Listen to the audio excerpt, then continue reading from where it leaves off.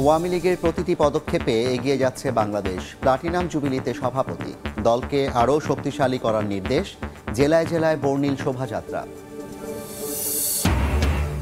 পানি কমতে শুরু করায় বাড়ি ফিরছেন সিলেট অঞ্চলের বানভাসী মানুষ। বিধ্বস্ত ঘরে স্মৃতির খোঁজ। সুনামগঞ্জেও বেরিয়ে আসছে ক্ষতচিহ্ন। মাথা গোঁজার ঠাঁই নিয়ে অনিশ্চয়তা। খুলছে না তিস্তার জট। পানি বন্টন চুক্তি পাশ কাটিয়ে মহাপরিকল্পনায় বিনিয়োগের টোপ ভারতের। পশ্চিমবঙ্গকে মানানোর দায়িত্ব কেন্দ্রীয় সরকারের, বলছেন বিশ্লেষকরা। এবং বান্দরবানের থানচিতে পর্যটকদের ভ্রমণে নিষেধাজ্ঞা প্রত্যাহার করল প্রশাসন। আইন শৃঙ্খলা পরিস্থিতি স্বাভাবিক হওয়ায় এমন সিদ্ধান্ত, খুশি পর্যটন সংশ্লিষ্টরা।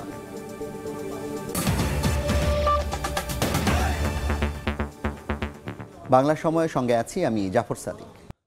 আওয়ামী লীগের প্রতিটি পদক্ষেপে দেশ এগিয়ে যাচ্ছে জানিয়ে নেতাকর্মীদের মানুষের কল্যাণে আরও নিবেদিত হয়ে কাজ করার নির্দেশ দিয়েছেন প্রধানমন্ত্রী ও দলের সভাপতি শেখ হাসিনা।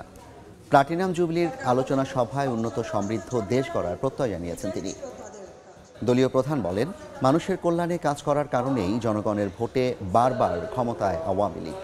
আর যারা দল ছেড়ে গেছে তারা আর জ্বলে উঠতে পারেননি। এর আগে বিকেলে রাজধানীর সোহরাওয়ার্দী উদ্যানে পৌঁছেই দলীয় ও জাতীয় পতাকা উত্তোলন করেন দলের সভাপতি শেখ হাসিনা। পরে বেলুন ও পায়রা উড়িয়ে প্রতিষ্ঠাবার্ষিকীর আয়োজন উদ্বোধন করেন। এরপর মঞ্চে উঠে উপস্থিত নেতাকর্মীদের উদ্দেশ্যে হাত নেড়ে শুভেচ্ছা জানান শেখ হাসিনা। নেতাকর্মীরাও বাঁধ ভাঙা উচ্ছ্বাসে দলীয় সভাপতির শুভেচ্ছার জবাব দেন। পরে বক্তব্যে দেশকে এগিয়ে নিতে দলকে আরও শক্তিশালী করতে নেতাকর্মীদের কাজ করার নির্দেশ দেন দলের সভাপতি।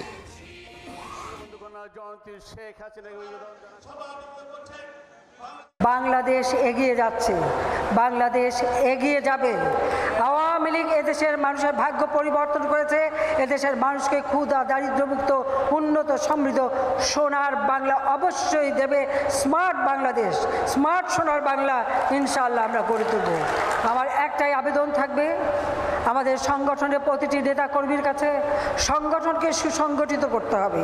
যদি সংগঠন শক্তিশালী হয় আর দেশের গণমানুষের সমর্থন পাওয়া যায়, যতই ষড়যন্ত্র হোক তার জন্য আমি কোনোদিনই ভীত না, কখনো ভয় পাইনি, পাবো না।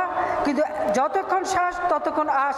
বাংলাদেশের মানুষের ভাগ্য পরিবর্তনে আমার বাবার যে চিন্তা চেতনা তা বাস্তবায়ন করে এদেশের মানুষকে একটা উন্নত জীবন দেব, এটাই আমাদের লক্ষ্য। বারবার আঘাত এসেও এই সংগঠনকে কোনো ক্ষতি করতে পারে নাই। ফিনিক্স পাখির মতো যেমন সেই পুড়িয়ে ফেলার পরেও ভস্ম থেকে জেগে ওঠে, এই আওয়ামী লীগ ঠিক সেইভাবেই জেগে উঠেছে। আস্থা বিশ্বাস অর্জন করতে পেরেছি বলেই বারবার জনগণ আমাদের ভোট দিয়েছে। আর বারবার ক্ষমতায় সেই দীর্ঘ সময় বাংলাদেশের ইতিহাসে 2009 থেকে এই 24 পর্যন্ত গণতান্ত্রিক ধারা অব্যাহত আছে। আর গণতান্ত্রিক ধারা অব্যাহত আছে বলেই আজকে আর্থসামাজিকভাবে বাংলাদেশ এগিয়ে যাচ্ছে, বাংলাদেশের উন্নতি হচ্ছে। বাংলাদেশ আজকে বিশ্ব দরবারে উন্নয়নের রোল মডেল হিসেবে স্বীকৃতি পেয়েছে। বিশ্বে আজকে মাথা উঁচু করে চলার সুযোগ সৃষ্টি হয়েছে। কাজে এটাকে ধরে রেখেই আমাদের সামনের দিকে এগিয়ে যেতে হবে। সারা দেশে নানা আয়োজনে উদযাপিত হলো আওয়ামী লীগের 75তম প্রতিষ্ঠা বার্ষিকী। জেলায় জেলায় সমাবেশ, শোভাযাত্রা সহ বিভিন্ন কর্মসূচি পালন করেন নেতাকর্মীরা। গোপালগঞ্জে বঙ্গবন্ধু সমাধিতে শ্রদ্ধা নিবেদন করেন তারা। মহান স্বাধীনতা সংগ্রামে নেতৃত্ব দেওয়া অপ্রতিরোধ্য রাজনৈতিক সংগঠন বাংলাদেশ আওয়ামী লীগ পদার্পণ করল ৭৬ বছরে। সংগঠনটির প্লাটিনাম জয়ন্তী উপলক্ষে সারা দেশেই ছিল সাজ সাজ রব। নানা ঢং আর রঙে উল্লাস আর উচ্ছ্বাসে মেতে ওঠেন নেতাকর্মীরা। বিভিন্ন স্লোগান আর গানে গানে রাজপথে বের হয় র্যালি। হাতি ঘোড়া ব্যানার ফেস্টুন নিয়ে রং বেরঙের সাজসজ্জায় বর্ণিল করে আনন্দে মাতে অংশগ্রহণকারীরা। শোভাযাত্রায় অংশ নেন বিভিন্ন শ্রেণী পেশার মানুষ। বলেন, আওয়ামী লীগ শুধু রাজনৈতিক দল নয়, এটি গণমানুষের একটি প্রাণ। সমস্ত ষড়যন্ত্রকে মোকাবেলা করে কিন্তু শেখ হাসিনার দেশ এগিয়ে যাচ্ছে। মনে করি দেশটাকে এগিয়ে নিয়ে যাওয়ার জন্যই আওয়ামী লীগের প্রয়োজন আছে। যার আত্মপ্রত্যয়ে বাংলার আকাশে উদিত হয় স্বাধীনতার রক্তিম সূর্য, যিনি নিজ ভূখণ্ডের শস্যের ভাগ বুঝে নিতে কখনো শত্রুর সঙ্গে আপোষ করেননি। সেই বঙ্গবন্ধু শেখ মুজিবুর রহমানের সমাধিতে শ্রদ্ধা নিবেদন করেন আওয়ামী লীগের কেন্দ্রীয় ও তৃণমূলের নেতাকর্মীরা। 1949 সাল থেকে যাত্রা, এরপর নানা চোরাই উতরাই ঘাত প্রতিঘাত মোকাবেলা করে আজও কোটি বাঙালির হৃদয় জুড়ে বাংলাদেশ আওয়ামী লীগ। ওমর ফারুক, সময় সংবাদ। অন্য প্রসঙ্গ, সিলেট সুনামগঞ্জে বানের পানিতে ডুবেছে ঘরের সবই। কোনো রকমে মাথা গোঁজার ঠাঁই হয়েছিল আশ্রয় কেন্দ্রে। পানি কমার পর নিজের আবাসে ফিরছেন অনেকেই। এই মুহূর্তে সিলেটের গোয়াইনঘাটে আছেন রিপোর্টার ইকরামুল কবির। সরাসরি যাচ্ছি তার কাছে।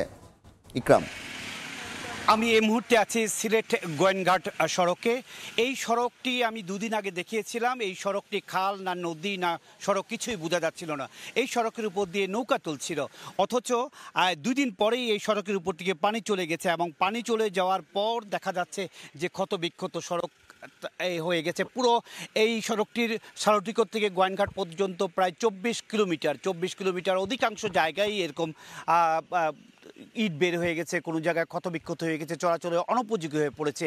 এর আগে গত মাসে 29 তারিখ যেই বন্যাটা শুরু হয়েছিল 1 সপ্তাহব্যাপী, সেই সময়ই স্থানীয় সরকার প্রকৌশল বিভাগ বলেছে 260 কিলোমিটার সিলেটের 13 উপজেলায় সড়কের ক্ষতি হয়েছে, রাস্তাঘাটের ক্ষতি হয়েছে এবং 243 মিটার আর বিভিন্ন কালভার্ট বা বিভিন্ন কালভার্টের অংশ নষ্ট হয়েছে এবং এগুলো মেরামতে প্রায় 120 কোটি টাকার মতন আপাতত খরচ লাগতো তখন বলেছিল, কিন্তু পানি নেমে যাওয়ার পরে প্রায় 200 কোটি টাকার উপর হবে। কিন্তু 16 তারিখ রাতে, অর্থাৎ ঈদের আগের দিন রাতে যে ভয়াবহ পাহাড়ি ঢল এলো এবং অতি বৃষ্টি হলো, এর ফলে এই সড়কটি পুরো পানির নিচে তলিয়ে যায়। শুধু এই সড়ক নেই, সিলেটের অধিকাংশ সড়কই পানিতে তলিয়েছিল এবং 13টি উপজেলাই ক্ষতিগ্রস্ত হয়েছে। সিটি কর্পোরেশনের 23টি ওয়ার্ড পানিতে তলিয়েছিল। সব কিছু মিলে তখনের যে অবস্থা হয়েছিল সেই অবস্থা এখন নেই। এখন পানি নেমে গেছে সড়ক থেকে। দেখতে পাচ্ছেন যে এই সড়ক থেকে পানি নামার পরে যে অবস্থা হয়েছে, আমরা শুধু একটি অংশ দেখাতে পারছি। এই সড়কের এই 24 কিলোমিটারের যে সমস্ত জায়গায় পানি জমেছিল প্রায় সমস্ত জায়গা কিন্তু এই অবস্থা হয়ে গিয়েছে এবং এই ক্ষত বের হয়েছে। পানিটা নেমে যাওয়ার পর আরও কিছু পানি রয়েছে, সামান্য পানি নেমে যাচ্ছে এবং এই পানি নামার পরে এই মাসেরই 28 তারিখ একটি আবহাওয়া বিভাগ বলছে এই মাসের 28 তারিখ একটি অতি বৃষ্টি এবং উজানি অর্থাৎ চেরাপুঞ্জি সহ এই বেল্টে অর্থাৎ মেঘালয় বেল্টে একটি ভারী বৃষ্টি হতে পারে। তখন যদি বৃষ্টি হয় তাহলে এই কাছাকাছি সময়ে তৃতীয়বারের মতন সিলেটে বন্যা বা আকস্মিক বন্যা দেখা দিবে। সে অবস্থা যদি না হয়, এখন পর্যন্ত যেই সড়কের ক্ষতি হয়েছে সেই সড়ক মেরামত করতে 2-2.5 কোটি টাকা লেগে যাবে স্থানীয় সরকার প্রকৌশল বিভাগের। মোটামুটি এই ছিল সিলেট বিভাগের বা বিভিন্ন জায়গা থেকে পানি নামতে শুরু করেছে এবং পানি নামার ফলে যে সড়ক এবং বিভিন্ন বাসাবাড়ি, বিভিন্ন ঘরবাড়ি যে বিভিন্ন ক্ষতবিক্ষত চিহ্ন বের হয়ে যাচ্ছে, তার সবশেষ খবর। সরাসরি যুক্ত ছিলাম সিলেটের গোয়াইনঘাট থেকে। তিস্তা পানি বন্টন চুক্তি থেকে পুরোপুরি সরে এসে এবার মহাপরিকল্পনার দিকে এগুচ্ছে ভারত। শনিবার 2 প্রধানমন্ত্রীর বৈঠক শেষে এমন বার্তাই দিলেন নরেন্দ্র মোদী। গবেষকরা বলছেন, পানি বন্টন চুক্তির বিকল্প কখনোই মহাপরিকল্পনা হতে পারে না। তাদের মতে, পানি প্রত্যাহারে পশ্চিমবঙ্গ সরকারের যে একতরফা নীতি, তা থেকে সরে আসতে দায়িত্ব নিতে হবে কেন্দ্রীয় সরকারকেই। তারিকুল ইসলামের ক্যামেরায় নাজমুল ইসলাম নিশাতের প্রতিবেদন। উত্তরের বিস্তীর্ণ এলাকার কৃষি ও প্রকৃতি তিস্তার উপর নির্ভরশীল। অভিন্ন এই নদীর পানির ন্যায্য হিস্যার জন্য উজানের দেশ ভারতের দিকে দীর্ঘ সময় ধরে তাকিয়ে আছে বাংলাদেশ। খসড়া চুক্তির রূপরেখা তৈরি থাকলেও ভারতের অভ্যন্তরীণ রাজনীতির কারণে নিরাশা কাটেনি ভাটির দেশের। 2011 সালে তৎকালীন ভারতের প্রধানমন্ত্রী মনমোহন সিং এর বাংলাদেশ সফরে তিস্তা চুক্তিতে সই হওয়ার কথা থাকলেও শেষ মুহূর্তে পশ্চিমবঙ্গের মুখ্যমন্ত্রী মমতা বন্দ্যোপাধ্যায়ের আপত্তির কারণে চুক্তি হয়নি। তবে প্রধানমন্ত্রী শেখ হাসিনার ভারতের 2 দিনের রাষ্ট্রীয় সফরে সবার প্রত্যাশা ছিল এবার সুরা হতে পারে পানি বন্টন চুক্তির। কিন্তু শনিবার 2 প্রধানমন্ত্রীর বৈঠক শেষে নরেন্দ্র মোদী জানান, পানি বন্টন চুক্তি নয়, তিস্তার পানি সংরক্ষণ ও ব্যবস্থাপনা নিয়ে আলোচনা করতে শীঘ্রই বাংলাদেশ যাবে একটি কারিগরি দল। তিস্তা নদী के संरक्षण एवं प्रबंधन पर बातचीत के लिए शीघ्र ही एक टेक्निकल टीम বাংলাদেশ का दौरा करेगी। গবেষকদের মতে ভারতের এমন পরিকল্পনার মধ্য দিয়ে পানি বন্টন চুক্তি অনিশ্চিত হয়ে পড়ল, আর এই চুক্তি ছাড়া ভারতের এই মহা পরিকল্পনা কোনো কাজে আসবে না। 2011 সালের পর 2024 সাল, মাঝখানে তিস্তার পানি একতরফা প্রত্যাহার করছে ভারত। ফলে এখন আমাদের কাছে আশা জাগছে বটে, কিন্তু সেই আশা যে খুব মানে মধুর আশা জাগিয়ে তুলছে এটা আমরা মনে করি না। অধিকার কর্মীরা বলছেন, পশ্চিমবঙ্গ সরকারের উপর দায় না চাপিয়ে চুক্তির বিষয়ে কেন্দ্রীয় সরকারকে আন্তরিক হতে হবে।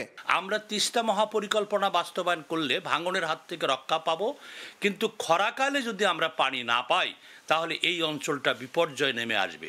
ভারতের মহাপরিকল্পনায় আগ্রহ থাকলেও দুই দেশের মধ্যে ক্রমবর্ধমান সম্পর্ক আরও দৃঢ় রাখতে এই চুক্তি দ্রুত বাস্তবায়নের পরামর্শ সংশ্লিষ্টদের। নাজমুল ইসলাম নিশাত, সময় সংবাদ, রংপুর। বাংলা সময় আরও থাকছে। নেত্রকোনার কলমাকান্দায় শেখ রাসেল মিনি স্টেডিয়াম নির্মাণে অনিয়ম, 3 বছরই দেবে গেছে ক্রীড়া সংস্থার অফিস। চাওয়া হয়েছে নতুন প্রকল্প, জানালেন সংসদ সদস্য।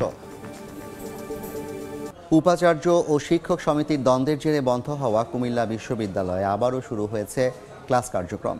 53 দিন পর শিক্ষার্থীরা ক্লাসে ফেরায় মুখরিত হয়ে ওঠে ক্যাম্পাস। তবে শিক্ষক নেতাদের তাদের দাবি আদায় আন্দোলন অব্যাহত থাকবে।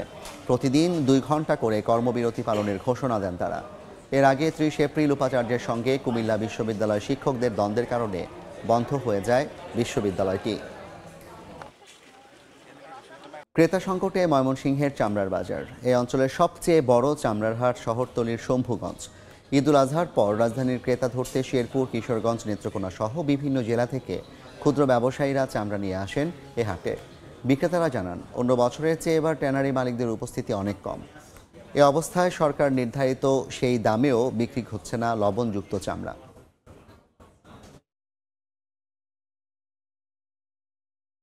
নেত্রকোনার কলমাকান্দা উপজেলার শেখ রাসেল মিনি স্টেডিয়াম নির্মাণে নানা অনিয়মের অভিযোগ উঠেছে। 2018 সালে নির্মাণ করা হয় এই স্টেডিয়াম। নির্মাণের 3 বছরেই মাটিতে দেবে গেছে স্টেডিয়ামের ক্রীড়া সংস্থার অফিস। প্রকল্পের কাজ শেষ হলেও কার্যাদেশ অনুযায়ী নির্মাণ করা হয়নি কোনো বেঞ্চ, বাউন্ডারি ও ড্রেন। সংস্কার করা হয়নি মূল খেলার মাঠ। এমনকি নির্মাণ প্রকল্পের কোনো নথি খুঁজে পাননি উপজেলা নির্বাহী কর্মকর্তা। অবশ্য স্টেডিয়ামের বেহাল দশার জন্য ঠিকাদারকে দুষছেন স্থানীয় সংসদ সদস্য। দীর্ঘদিন পর বান্দরবানের থানচি উপজেলায় পর্যটকদের জন্য ভ্রমণ নিষেধাজ্ঞা প্রত্যাহার করেছে প্রশাসন। বিষয়টি নিশ্চিত করেছেন উপজেলা নির্বাহী কর্মকর্তা মোহাম্মদ মামুন। এর ফলে তমাতুঙ্গি, বড়পাথর, তিন্দু, রেমাক্রি পর্যটন কেন্দ্রগুলোতে ভ্রমণে যেতে পারবেন পর্যটকরা। যৌথ অভিযানের কারণে গত এপ্রিল থেকে থানচি উপজেলার পর্যটন কেন্দ্রগুলোতে ভ্রমণ নিষেধাজ্ঞা আরোপ করে প্রশাসন। তবে এখনও নিষেধাজ্ঞার আওতায় আছে নাফাকুম, অমিয়াকুম সহ দুর্গম এলাকার পর্যটন কেন্দ্রগুলো। এই পর্যায়ের শীর্ষ সংবাদগুলো জানিয়ে দিচ্ছি আরেকবার। আওয়ামী লীগের প্রতিটি পদক্ষেপে এগিয়ে যাচ্ছে বাংলাদেশ, প্লাটিনাম জুবলিতে সভাপতি। দলকে আরও শক্তিশালী করার নির্দেশ, জেলায় জেলায় বর্ণিল শোভাযাত্রা। পানি কমতে শুরু করায় বাড়ি ফিরছেন সিলেট অঞ্চলের বানভাসী মানুষ। বিধ্বস্ত ঘরে স্মৃতির খোঁজ। সুনামগঞ্জেও বেরিয়ে আসছে ক্ষতচিহ্ন। মাথা গোজার ঠাঁই নিয়ে অনিশ্চয়তা। এবং খুলছে না তিস্তার জট। পানি বন্টন চুক্তি পাশ কাটিয়ে মহাপরিকল্পনায় বিনিয়োগের ক্ষোভ ভারতের। পশ্চিমবঙ্গকে মানানোর দায়িত্ব কেন্দ্রীয় সরকারের, বলছেন বিশ্লেষকরা।